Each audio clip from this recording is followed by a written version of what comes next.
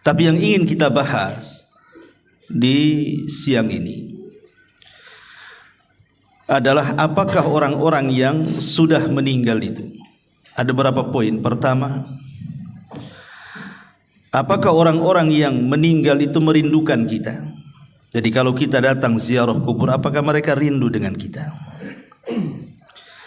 Yang kedua, apakah mereka bisa mendengar apa yang kita ucapkan di atas kuburan itu?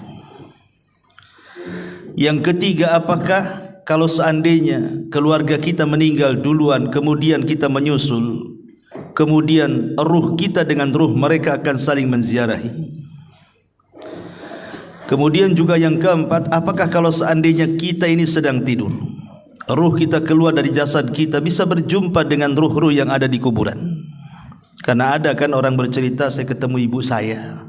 Di mana? Dalam mimpi. Apakah mungkin ruh seseorang yang sedang tidur berjumpa dengan ruh yang sudah meninggal, kemudian berjumpa?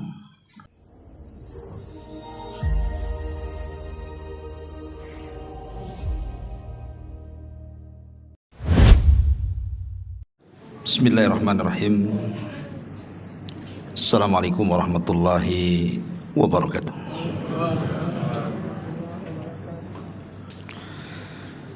Alhamdulillah wassalatu wassalamu ala rasulillah wa ala alihi wa sahbihi wa mawalah wa la hawla wa la quwata illa billahi wa ba'du. Alhamdulillah, segala puja dan puji hanya milik Allah subhanahu wa ta'ala. Salawat dan juga salam kita hadiahkan kepada Rasul kita Nabi besar Muhammad sallallahu alaihi wa ala alihi wasallam. Pembahasan di siang ini sebagaimana yang diminta, kita akan membahas tentang seputar lika-liku kehidupan alam barzakh.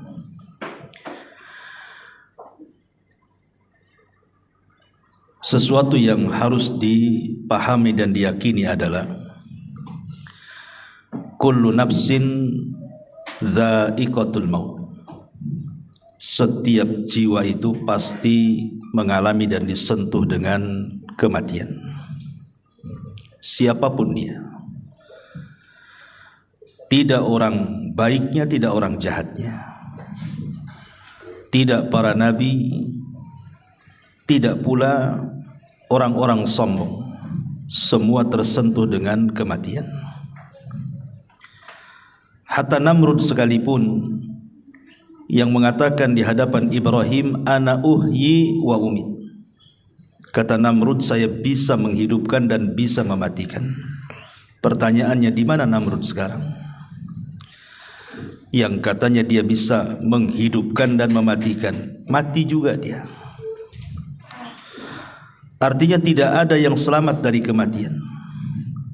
Sehingga Allah subhanahu wa ta'ala sampai mengatakan, aynama takunu yudrikumul mautu walau kuntum fi burujim musayyada. Dimanapun kalian berada, kematian itu pasti mengejar kalian, walaupun kalian di balik benteng yang sangat kokoh sekalipun. Artinya tidak ada manusia yang selamat dari kematian. Dan kematian itu satu, yang banyak itu sebabnya. Karena orang mati itu kan sebabnya macam-macam. Ada yang ketabrak mati, ada yang terkena runtuhan mati, ada yang tenggelam mati, ada yang dibunuh mati, ada yang tidak ngapa-ngapain, duduk di kursinya aja dia bisa mati. Jadi yang bermacam-macam itu sebabnya, matinya satu. Lah kematian itu sebenarnya hanya perpindahan alam saja, dari alam dunia menuju alam barzakh. Disitulah ada benteng yang disebut dengan barzakh.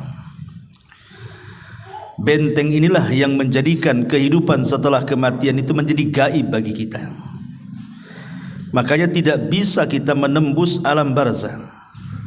Umpamanya sengaja kita letakkan CCTV, taruh di kuburan, kemudian kita sambungkan di handphone kita atau mungkin di laptop kita. Kemudian kita baca hadis, katanya ada malaikat mungkar dan nakir. Sampai buta mata melihat CCTV itu, nggak akan nampak mungkar nakir itu. Karena tidak bisa disamakan perkara gaib dengan perkara nyata. Perkara gaib itu cukup diimani, bukan diteliti. Karena tidak bisa meneliti perkara gaib, bagaimana caranya? Pandangan kita saja terbatas, sampai di mana kita memandang, apalagi perkara gaib. Maka kenapa di antara ciri orang yang beriman di permulaan surah Al-Baqarah itu, alladzina yu'minuna bil ghaib, orang yang beriman betul dengan adanya yang gaib. Tapi yang ingin kita bahas di siang ini adalah apakah orang-orang yang sudah meninggal itu. Ada beberapa poin. Pertama, apakah orang-orang yang meninggal itu merindukan kita? Jadi kalau kita datang ziarah kubur, apakah mereka rindu dengan kita? Yang kedua, apakah mereka bisa mendengar apa yang kita ucapkan di atas kuburan itu?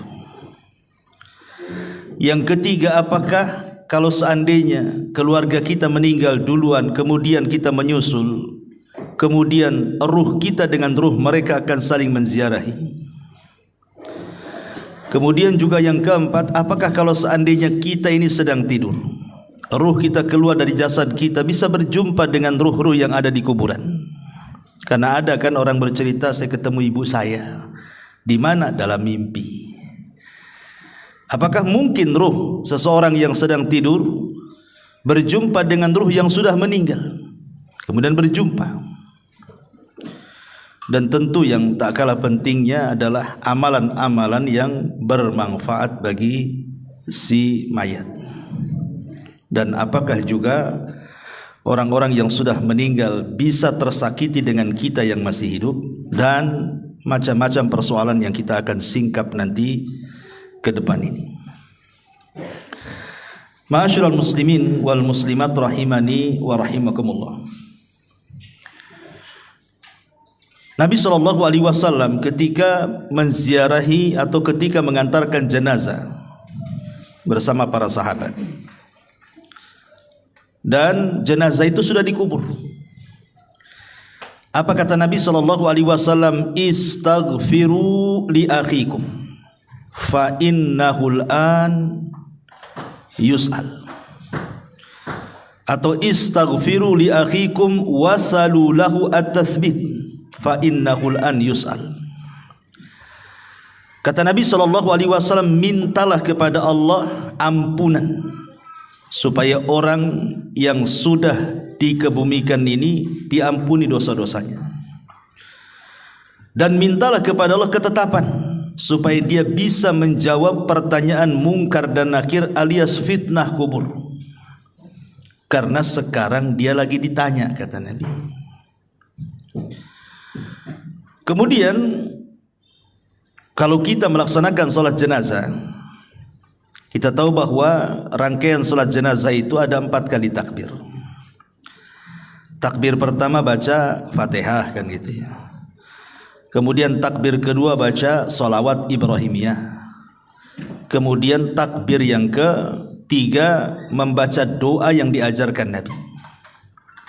Kemudian takbir yang keempat bisa diam, langsung salam, ataupun bisa kita berdoa dengan doa yang warid dari Al-Quran, seperti Rabbana atina fid dunya hasanah, atau doa-doa yang lainnya.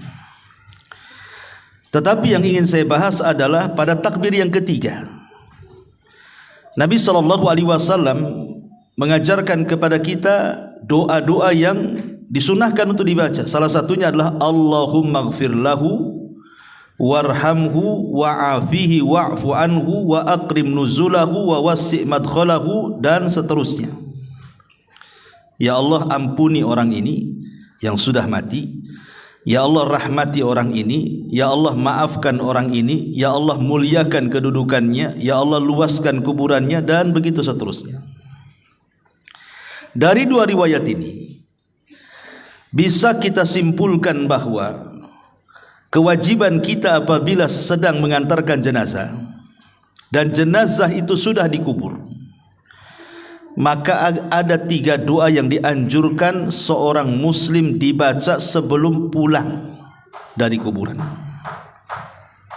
Kalau memang kita tidak sempat ikut memegang cangkul, memasukkan tanah ke liang lahatnya, maka cukup sebelum pergi ambil 3 kepal tanah, kemudian letakkan di kuburannya, minta 3 perkara. Pertama, mintakan ampun kepada Allah. Dan ini berlaku kepada setiap yang ziarah kubur, tidak mesti yang mengantarkan jenazah saja. Umpamanya kita ziarah kubur kapan saja. Bagi laki-laki kan sunnah, ziarah kubur itu kapan saja. Tapi bagi perempuan tidak disunnahkan kecuali sekali-kali. Karena Rasulullah SAW melaknat wanita-wanita yang sering ziarah kubur. Tapi kalau sekali-kali boleh. Imam yang mengantarkan jenazah atau yang berziarah kubur, jangan lepaskan 3 doa ini. Pertama, minta ampun kepada Allah agar orang yang dikubur itu diampuni dosa-dosanya. Berdasarkan hadis istaghfiru li akhikum, mintakan doa ampunan untuk saudaramu. Yang kedua, minta kepada Allah Subhanahu wa taala agar orang yang dikubur itu ditetapkan jawabannya. Karena ada hadis yang panjang sekali dari hadis Bara bin Azib radhiyallahu an. Ketika Nabi SAW menunggu liang lahat selesai digali, Rasul bercerita di hadapan para sahabat tentang kematian seorang mukmin. Bagaimana ruhnya ketika dicabut dari jasadnya. Lah salah satu lafaz dari hadis itu, ketika ruh itu sudah diangkat ke langit dengan catatan amalannya, Allah katakan kembalikan ruh ke dalam jasadnya, tapi angkatlah catatannya ke tempat yang paling tinggi di Iliyin, di sorga. Maka ruh itu dihantar dengan lembut, dimasukkan lagi ke dalam jasad. Ingat bahwa jasad dalam kubur itu mengikut ruh. Tapi kalau di dunia terbalik, ruh yang ikut jasad. Karena jasad dulu diciptakan di dunia itu, baru ditiupkan ruh itu setelah jasad berusia 4 bulan kan, baru ditiupkan ruh. Berarti kalau kita hidup di dunia, yang asal itu jasad dulu, baru ruh yang ikut, karena jasadnya diciptakan. Tapi kalau sudah meninggal terbalik, jasad ini bisa jadi tanah, bisa hancur jadi tanah, dimakan cacing tanah, tapi ruh tidak akan hancur. Berarti bukan ruh yang ikut jasad, tapi jasad yang ikut ruh. Makanya kemudian jasad itu akan ikut ruh, dan disitulah Mungkar Nakir bertanya, man rabbuk, siapa Rabb, wa man nabiyuk, siapa nabimu, wa madinuk, apa agamamu. Artinya 3 soalan ini akan ditanyakan. Jawabannya bukan apa yang kita hafal di dunia. Kalau anda sekarang saya tanya, siapa Tuhanmu? Pasti dengan lantang Allah, Ustaz. Siapa nabimu? Dengan lantang Muhammad, Ustaz. Apa agamamu? Ya Islam lah. Masa Katolik kan gitu? Pasti lantang kita. Tapi apakah kemudian setelah kita dikubur kita sanggup menjawab? Belum tentu. Karena jawaban-jawaban itu ditentukan dengan amalan dia. Apakah dia sudah mengamalkan perintah larangan Allah, mencintai Nabi, betul-betul mempelajari Islam kan itu. Makanya di sini dihajatkan bantuan dari kita yang masih hidup. Berdoa kepada Allah agar dia bisa ditetapkan jawabannya. Karena penetapan jawaban itulah yang Allah katakan, yusabbitullahu alladhina amanu bil qauli tsabit. Allah akan tetapkan jawaban orang-orang yang beriman dengan jawaban yang mantap. Itulah yang menjadikan selamat orang itu dari azab kubur. Karena Utsman ibn Affan kalau diingatkan dengan kuburan menangis. Tapi kalau diingatkan dengan neraka santai saja dia. Padahal neraka lebih dahsyat dibandingkan azab kubur kan. Ketika ditanya wa mayubkika ya Utsman, apa yang membuat anda menangis wahai Utsman? Maka Utsman mengatakan wailakum, celaka kalian. Kuburan ini bisa saja dia raudhatun min riyadil jannah au hufratun min hufarin nar. Ingat, kuburan ini bisa jadi taman menuju taman-taman sorga, atau boleh jadi menjadi lubang menuju ke lubang neraka. Artinya menentukan selamat di akhirat, keselamatan di kuburan. Kalau selamat di kuburan, insya Allah kesananya mudah.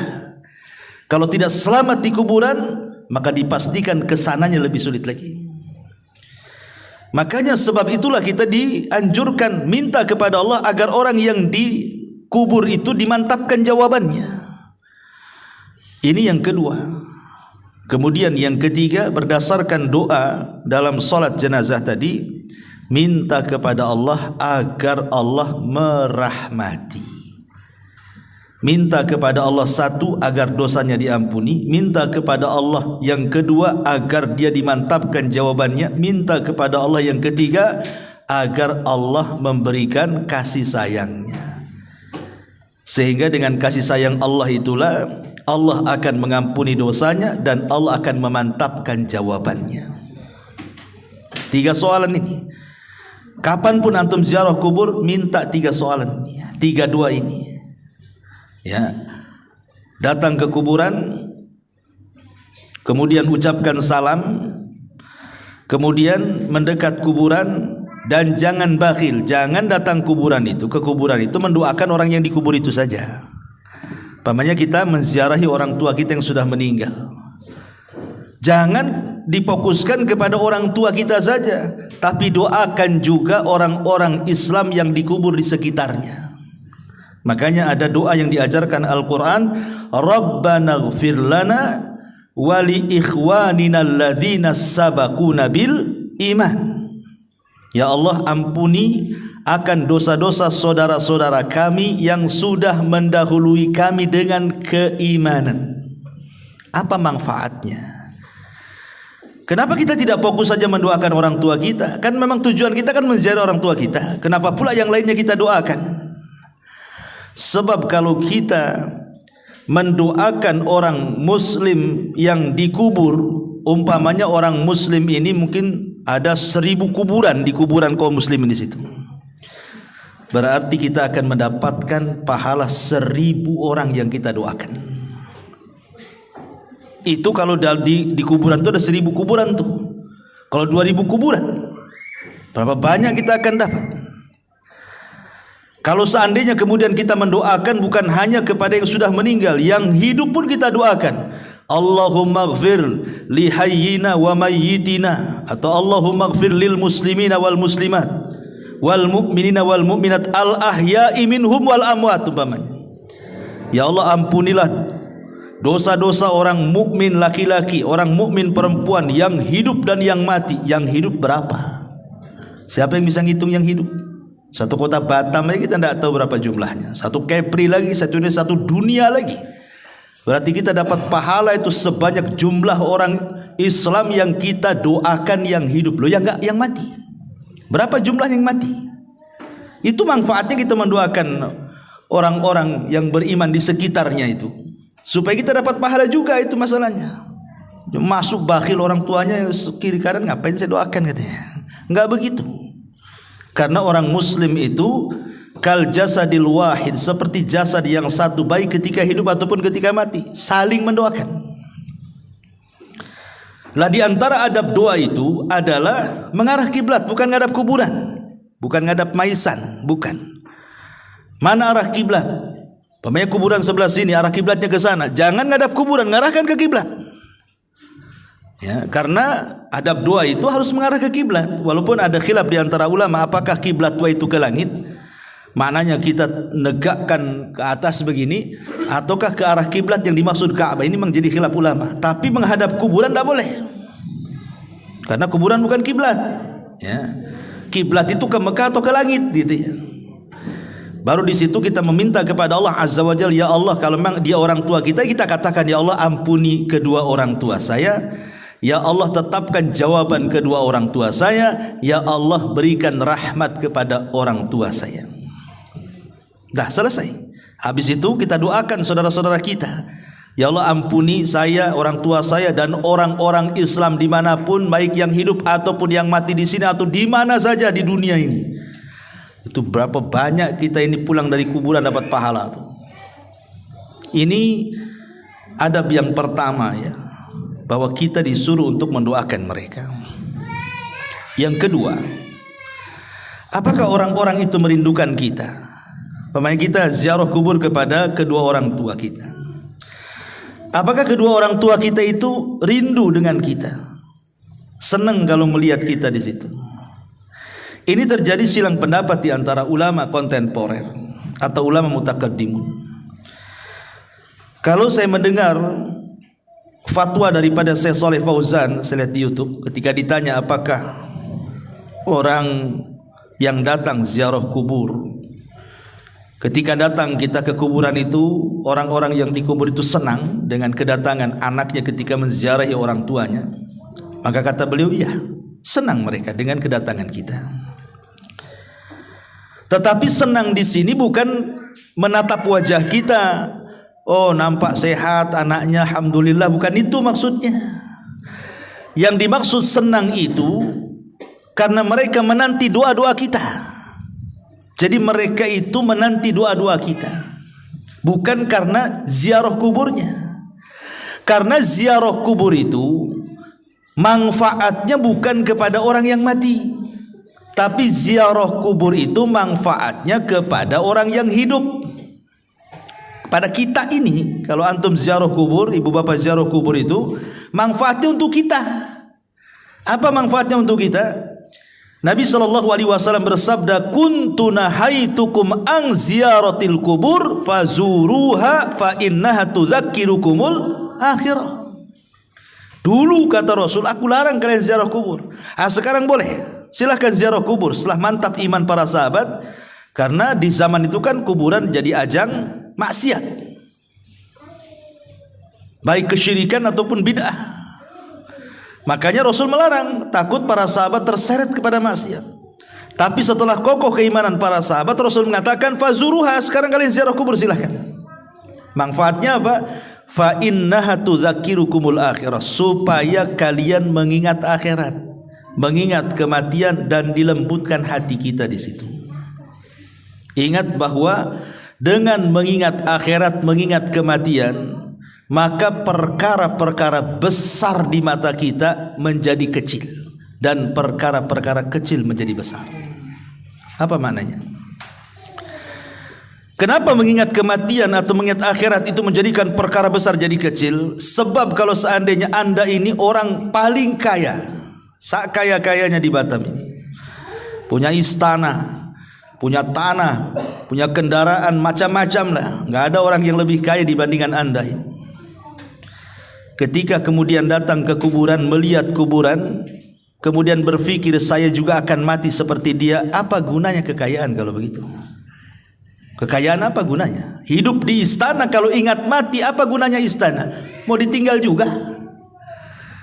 Akhirnya kemudian dia pun tidak menganggap itu perkara besar, karena akan ditinggal dengan kematian kan. Itulah kenapa mengingat kematian itu mengecilkan yang besar, ataupun membesarkan yang kecil. Pamannya dia orang susah, tidak sekaya orang-orang kaya. Dengan mengingat kematian itu, perkara kecil jadi besar. Nggak apa-apa, hidup di dunia kan nggak lama, nanti ada kehidupan yang lebih baik, yang lebih hebat, yang lebih megah, itulah sorga. Akhirnya dia tidak memikirkan kemiskinannya. Dari situ muncullah redha dengan pemberian Allah. Ujung-ujungnya ke situ. Dan puncaknya adalah memahami hadis Nabi SAW, man asbaha aminan fi syirbihi mu'afan fi jasadihi walahu qutu yaumihi faka'annama hizat lahu dunya bihadafiriha, kata Rasul. Orang kalau sudah mengingat kematian, walaupun dia susah hidupnya, yang penting ketika bangun di pagi hari aman keluarganya, gak ada yang menyakiti, sehat badannya, gak ada penyakit yang menimpanya, adalah makanan yang dimakan untuk hari itu seolah-olah sudah menggenggam dunia dengan segala isinya. Karena manusia itu di dunia cari apa kalau nggak 3 perkara ini kan? Pertama, aman. Orang itu pengen aman, suami pengen aman dari istri, istri pengen aman dari suami. Orang tua pengen aman dari anak, anak pengen aman dari orang tua. Orang pengen aman dari tetangga, tetangga pun pengen aman dari kita. Nggak ada ketakutan, nggak ada yang ngancam, nggak ada yang membuat takut, nggak ada takut disakiti, dihasadi. Orang kan pengen aman hidup itu. Sebab kalau aman itu tenang hati. Itu yang dicari orang. Sampai-sampai orang itu sampai pindah perumahan itu gara-gara diganggu tetangganya karena nggak aman kan, terpaksa lah pindah rumah dia. Yang kedua, sehat badannya. Apalagi kalau sudah faktor UU tuh, yang sudah 40, 50, itu kalau bangun nggak ada yang sakit udah senang sekali itu. Tapi kalau bangun pinggang sakit, kaki asam urat, itu stres tuh. Ya, kolesterol naik, stres orang itu. Ya. Kemudian juga ada yang dimakan, nggak pusing, yang dimakan sudah ada, yang diminum ada. Apa yang dicari orang itu kan cuma 3 perkara. Sebab satu lolos dari 3 perkara ini nggak aman hidup itu. Contoh mamanya, badan sehat, ya kan? Tapi nggak aman. Istri disakiti suami, suami disakiti istri, nggak kerasan hidup itu. Walaupun sehat badannya. Ataupun mungkin oke lah dia harmonis rumah tangganya, anak-anaknya baik-baik, tetangganya oke-oke. Stroke pula lah dia, stres juga. Ya. Oke lah sehat badannya, aman semuanya, tak ada yang dimakan pula dia, stres juga hidup itu. Nah kalau 3-tiganya sudah ada, tenang hidup di dunia tuh. Itulah yang dikatakan menggenggam dunia, itulah karena 3 perkara ini yang dicari manusia. Makanya kemudian kalau orang ingat mati itu, perkara besar menjadi kecil, perkara kecil menjadi besar. Karena berujung dari mengingat kematian berakhir dengan redho, dengan pemberian. Awalnya ingat mati, ujungnya apa? Redho dengan pemberian. Kita akan mati juga, mengapain juga sibuk-sibuk. Tenang jadinya hati. Itulah tujuan ziarah kubur itu. Makanya ini bapak-bapak ini kalau sudah kasih mak-maknya ajak shopping, belokkan aja ke Tamiang tuh. Ya, ajak yuk kita ke Top Cepe Batu Aji, tapi ngarahnya ke kuburan Tamiang. Ini bu, Top Cepenya ada di sini. Gitu ya. Mau mati atau mau hidup kan itu. Supaya lembutlah hati itu. Jangan asih dunia terus. Jadi ziarah kubur itu manfaatnya untuk siapa? Untuk kita yang berziarah, bukan untuk orang mati. Orang mati itu bermanfaat kalau kita berdoa. Doanya itu yang manfaat. Itulah yang membuat penghuni kubur senang dengan kedatangan kita maksudnya. Ini satu pendapat ya. Tetapi Syekh bin Baz rahimahullah ta'ala yang saya baca dalam fatwanya, dia tawakuf dalam masalah ini. Apakah kemudian kalau kita ziarah kubur, penduduk kubur itu senang atau tidak senang? Kita tidak bisa mengatakan iya ataupun tidak. Kan ini perkara gaib masalahnya. Perkara gaib itu tidak bisa ditetapkan kecuali dengan dalil. Kalau tidak ada dalil, tawakuf. Tapi yang jelas bahwa okelah kita tidak mengatakan dia senang ataupun tidak senang.